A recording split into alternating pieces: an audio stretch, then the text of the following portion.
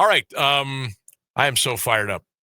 I think I could play offensive tackle right now. I could line up right next to my man Antonio Hall, put on a jersey, and just go kick somebody's ass right now. I am so fired up. So we're going to segue from the Guardians, high school football. My man, Antonio Hall, Q92 Sports, joining us now here on 1310 WDPN. What is up, Big Antonio? I think I'm getting sick. I'm going to have to call off work tomorrow. You got the you got oh, the man. going on over there. Not sounding too good, Antonio. I'll tell you what, man, that's a hell of a cough. I think I'm getting it too. Have a good night, everybody. Oh, my God. Good to see you. I had to convince my mom when I was a kid. I mean, she could see through all the BS. So I had to really become good at faking it when I was a kid. So fake it till you make it, brother. That's how we do it. Oh, I gotta ask you before we talk high school football. That you a baseball fan? You follow the Guardians? You follow MLB? What's going on there? I do, man. You know, I'm a big baseball guy. That was actually my first sport growing up, and you know, I do love the Guardians. Sometimes I still revert and call them the Tribe, just because that's what I was born with. But you know, very excited. My whole house, you know, they're excited. My brother-in-law is calling, asking for my YouTube TV login so he can watch the game. I mean, it's go time, man. It's October. Oh, that's right. It is definitely October. October the 1st. The leaves are turning, and the sun's going down a little earlier. But man, what a great time of the year, Antonio. This is a great time for. I was talking about this last hour. We got the Guards ready to go to a Game 3. It's Week 7 of high school football. The Purple Raiders are rolling. The Browns are in action Sunday. The Buckeyes play Sunday. We got high school football on Friday. I mean, I don't know what else we could ask for, but this is really cool, man. And the fact that we get to hang out here for a little bit on a Wednesday and chop it up and talk a little football is pretty cool stuff. It is. It's a far cry from late May when you're like, man, there's nothing on TV and nothing to do, and now you have something to look forward to almost every single night. No doubt. All right, let's get right to it. Let's kind of turn the clock back a little bit to last week before we move ahead to Week 7 already. And to me, I mean, we had some great games last weekend, but to me, what happened at one Paul Brown drive last weekend? The Massillon Tigers, they were clock runned at home. Right. I've never heard of such a thing, Antonio. What happened to the Tigers last weekend? Well, 7 turnovers is what happened, Sam. I mean, you can't beat a JV team with 7 turnovers. No. So it starts with ball security. But hats off to the Canucks. Oh, Canada. Okay, coming down here, adjusting to our style of play and whooping one of the perennial powerhouses in the state, if not the United States. People don't realize how big a difference the American and Canadian game is, and all the subtleties that play a very big part in what makes those games very unique. There's the 1 yard line of scrimmage where you have to give a 1 yard buffer zone off the ball. So in America, you know, used to crowding the ball, and defenses can really crowd the ball. In the Canadian game, you can't. You have to give a yard at the line of scrimmage. And so for defensive linemen, the linebackers, and offensive line, that's a very big deal. The waggle. Canadian players, wide receivers used to move in at the snap of the ball. Everybody can be in motion. Everybody can go which way. The American game, you have to stand still. So as a wide receiver, that's a huge difference, right? You go from 12 guys to 11 guys with the American game. The field is smaller. The end zones are smaller. There's just so many differences that you have to account for when you're playing the American game. And this Canadian team did it and beat a very, very good Massillon team. Yeah, it was unreal. I'm doing the Alliance Salem game, and I keep looking at my phone, and I'm just like, well, you've got to be kidding me. And I kept looking at it, and I'm like, okay, that's going to be a loss, and it's unbelievable. So unbelievable. How do the Tigers bounce back now? We've got, 4 games left in the regular season. If they handle business, they will still be in the playoffs. Obviously, they may have to start off away from home if they stay in the below where the bye weeks are cut off, or the bye week would be cut off. But how do they turn things around? Obviously, at this point, Antonio, they got to focus on themselves and not worry about anybody else. Yeah, it starts with ball security. So I know this whole week there's going to be a ton of ball security drills. It's going to be overemphasized as it needs to be.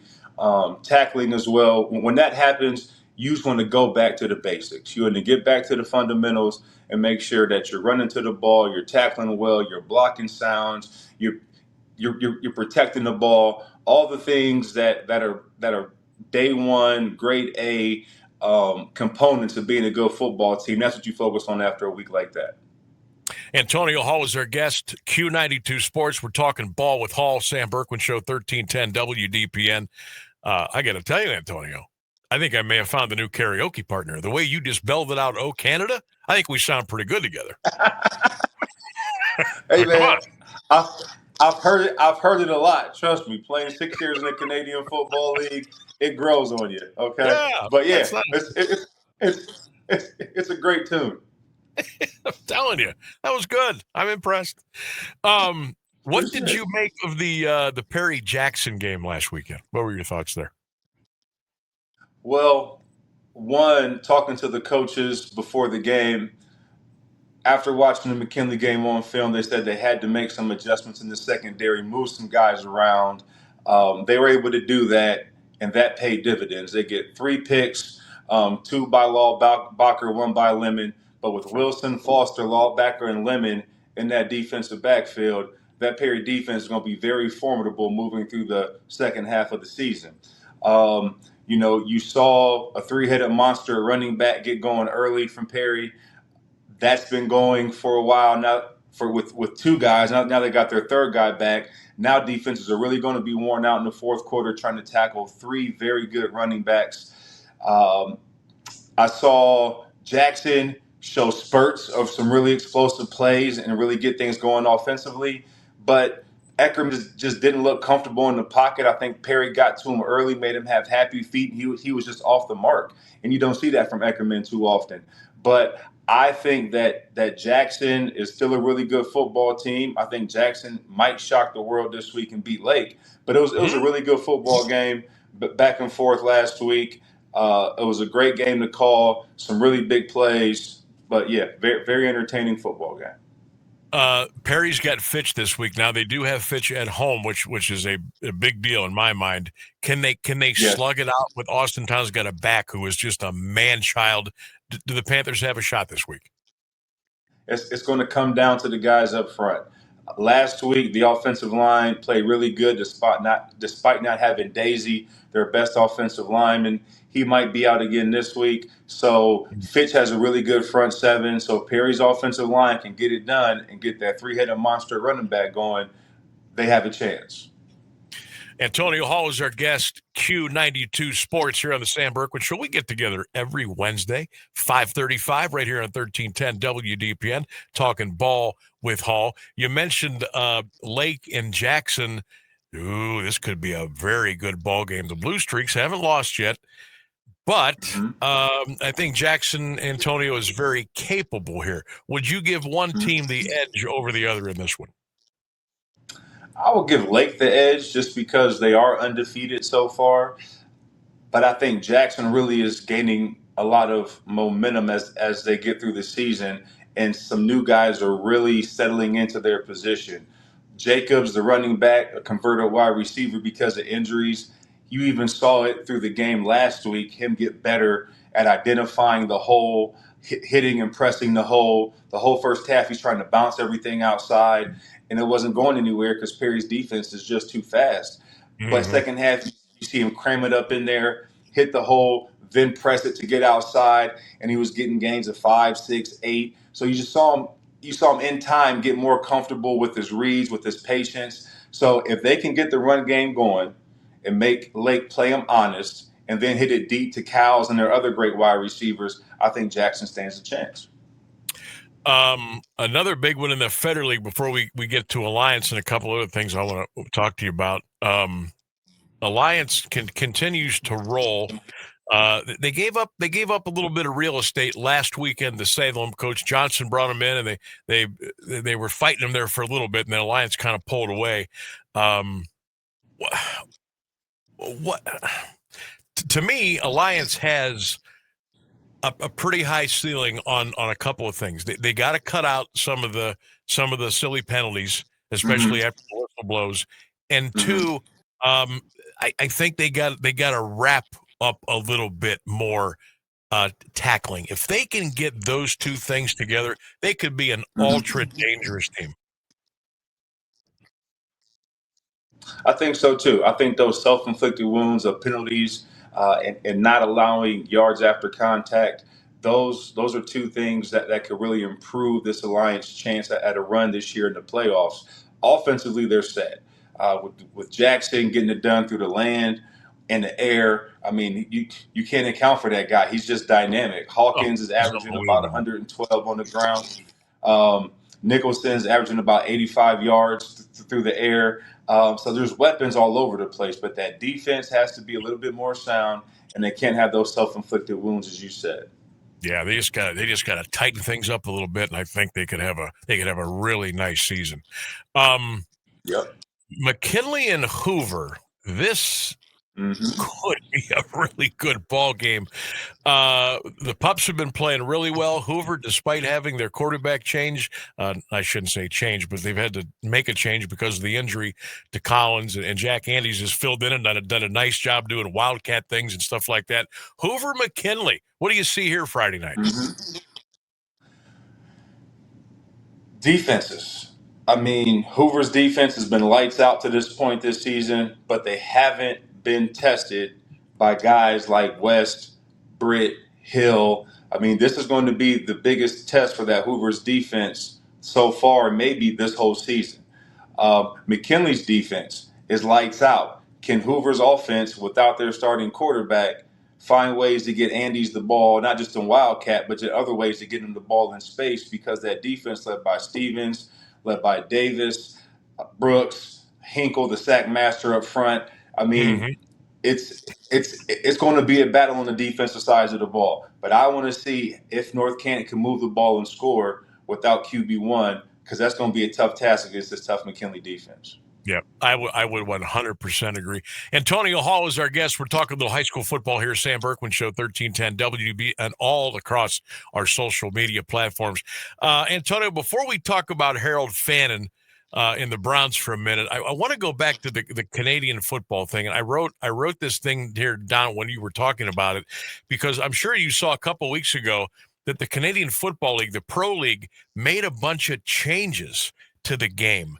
And they are going to incorporate those starting next year with changing the size of the field. They're going to move the goalpost back, guys in motion. They're making. How is that going to affect? Maybe the high school teams or some of the other teams in Canada. Is it looks to me like, Antonio, they're trying to make it more like American football now than the old Canadian football way. And I hate it. I really do. Oh, a lot because of the Canadian football game is just there's so much more to it. There's so many more ways to score. Special teams it plays a way bigger part than it does in the American game. Field position. There's just so much in-game strategy that goes on with the game, and to change it just takes away that authenticity of it. And as a guy who's played up there and really was invested in Canadian football, when I came back to the States, the American game almost bored me, because it really did. Because in Canada, you only had 3 downs to get a first down as opposed to 4. You can score on any kick if it's not advanced for 1 yard. So you can line up for a field goal with no time left, kick it through the back of the end zone, and you get 1 point for that, and you win the game. So field position is just so much more critical and crucial up there. I mean, it's the fumbles. So it blew my mind. So if there's a fumble in a Canadian game, you don't have to recover it. If you just knock it out of bounds and you're the last team to touch it, it's your ball. So, I mean, there's just so much more to it and so many more opportunities to score. I just hate that they're going to dilute it to try to conform to make it more of the American game. I mean, I love football in general, but the Canadian game to me was special. Yeah, and because it was different. It's the way that they played. And I've watched the Yep. CFL for years. I go back to when the Warren Moon was playing for the Edmonton Eskimos and the Eskimos, Saskatchewan right? Rough Riders and Rough uh, Riders, the right? Calgary. I loved all that stuff. And that's why I kind of watched it, because it was different. It wasn't like it wasn't a goofy version of football. It was just No, their way. It was a different way. And now they're making these changes. And I heard a lot of CFL players, you obviously played there before, but some guys that are in the league now, they hate it. I mean, they really hate what's going on. So we'll see how that goes. hate it. Yep. A couple of buddies of mine work in the front office for Saskatchewan. I got a couple buddies who are head coaches up there that I played with. I mean, they are butthurt right now that they're making all these changes to their game. Yeah, we will. I'll be following for sure. I know you will too. We'll see how that goes here as they implement these changes in the CFL. Okay, before we wrap things up, we got to talk about the Browns. They made a quarterback change, and it's going to be Dylan Yep. Gabriel now. And Flacco looks like he's going to be 2. Shador is 3, but there's one consistent. The guy that wears number 44. He's still balling, Antonio. He's Yes, still sir. playing. He's still playing, Harold Fannin Jr. Yes, sir. I know you got to spend some time with him. What's going on with our guy, Harold? He's doing great. Got to catch up with him a little bit yesterday on his day off. Today they leave for London, England. He's loving it. He's loving it. I mean, I asked him, is there any difference, between this and college ball? And he was like, no, it's just I'm there a couple more hours longer. But he's already adjusted. I think his biggest highlight so far this season is that he hasn't got hit up for the rookie dinner yet. He's excited that he's Harold, flown under that radar. Hold on to that credit card. Right. Oh, God. Oh, they'll ruin you, man. They'll spend $50,000. Oh, don't man. do it, Harold. Run. I know. So Run so far, knock on wood, he's flown under the radar. He really doesn't have a lot of rookie duties. But I say, hey, man, you're a starter, so they're going to treat you a little bit different. So, but just fly under the radar as long as you can. He's picked up golf, which is great. He loves it. There's a golf course right by his house, so he's picking up golf. He does a lot of fishing when he can in his off time, but he just loves the guys in the locker room, loves his coach. His offensive coordinator is a former tight ends coach, so that's great because he'll obviously look for ways to get the tight end involved in the game plan. So he's just loving it, man. He's doing a great job. That is awesome. I'm so glad to hear that. Hey, before we let you go, do you have a thought on the quarterback switch now? On the timing of it? Should it have been made? Should Flacco still be 2? Should they bump up Shador? What's your thoughts on that? I think it was time. You gave Flacco 4 games, a quarter of the season, to see what type of offensive production he can generate. At times he looks good. At times he didn't. There was some pretty routine throws that he's missed. Personally, I hope Gabriel looks more to 44's way because to me, 44 is open a lot more than not. And so just being a partial guy, I think Gabriel will look to his fellow rookie a little bit more. That rookie class just seems to be tight. But I do agree with keeping Flacco at 2 because he is a proven winner. And you don't want to go from rookie to rookie if you have to be in that situation because there really is nothing to pull from. There's no body of work that you can say, okay, this guy could come in when we're struggling and maybe get it done. So I do agree with keeping Flacco at 2 right now just because of who he is and what he's accomplished so far. Antonio Hall is our guest. Q92 Sports doing a great job with Keller. You having fun, man? 7 weeks in now. I know coming from the sidelines and the headset and everything, and now up in the booth with a different kind of headset. You having fun? I am having fun. I'm having fun just going to the different stadiums, meeting the different people, getting to see and evaluate the different types of football. Because when you're coaching, you're focused on your team and your next opponent. That's it. You really can't pay attention to what's going on around you with Stark County and just just hearing about all the different programs and the little things that they do or the traditions they have, being able to experience that in real time, that's really cool. Being a Stark County guy, homegrown, and just being able to experience Stark County football as a whole. Yeah, no doubt. Where are you and my man Keller at this Friday? Where are you going to be? McKinley at Hoover. Man, you guys just get the A game every weekend. How does that happen? Don't tell nobody. Don't tell nobody. How about that? The Joe Buck and Troy Aikman and Herb Street of the broadcasters, man. You guys are getting the A games every weekend. I got to get your agent. All right, my man. I love talking ball with you. Appreciate what you bring to the table. Have fun Friday. Have a great weekend. Go Guards. Go high school football. We'll get back together next week. Hope I can get better by Friday. You often. I believe that like I believe nothing. Thanks, Antonio.